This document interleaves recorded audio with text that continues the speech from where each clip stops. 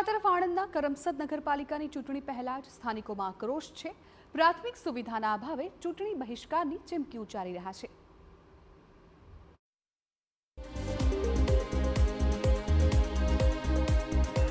આણંદના કરમસદ નગરપાલિકાની ચૂંટણી પહેલા સ્થાનિકોમાં આક્રોશ જોવા મળી રહ્યો છે। વોર્ડ નંબર 13ની ચૈતન્ય પાર્ક સોસાયટીના રહીશોએ ચૂંટણીનો બહિષ્કાર કર્યો।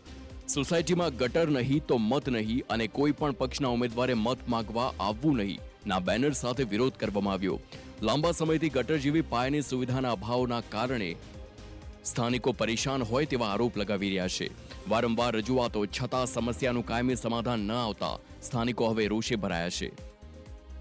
આજુબાજુ બધી સોસાયટીઓ તેમજ ગામતળનો વિકાસ થયો, પરંતુ આ સોસાયટીમાં આજ દિન સુધી ગટરની કોઈ વ્યવસ્થા નથી।